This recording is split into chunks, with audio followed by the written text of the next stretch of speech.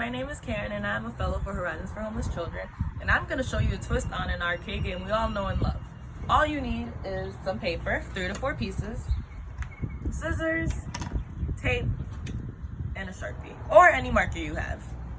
It does not have to be different colors of papers, that's all I had. If you only have white paper, you can color them in and make them fun. Step 1, start with your paper.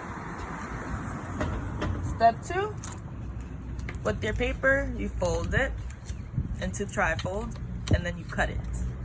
Once you cut it, you'll have pieces like these.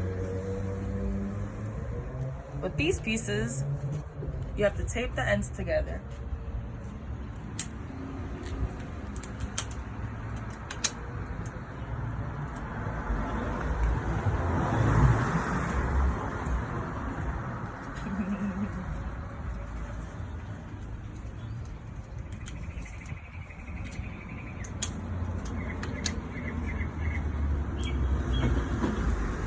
To make your circle. This is where the ball goes in. Or if you don't have any balls, you can crumble up a ball of paper and use it as your ball.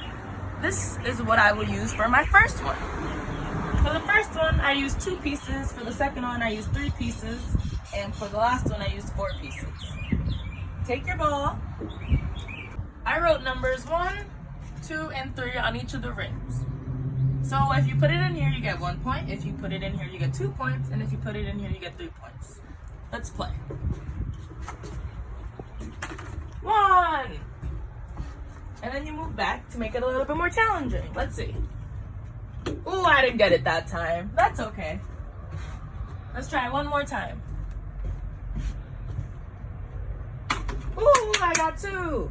And if you want to make it more challenging, you can make the numbers a little bit bigger if the kids are older. So 5, 10, and 20.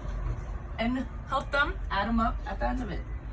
And this is my activity for the day. Bye!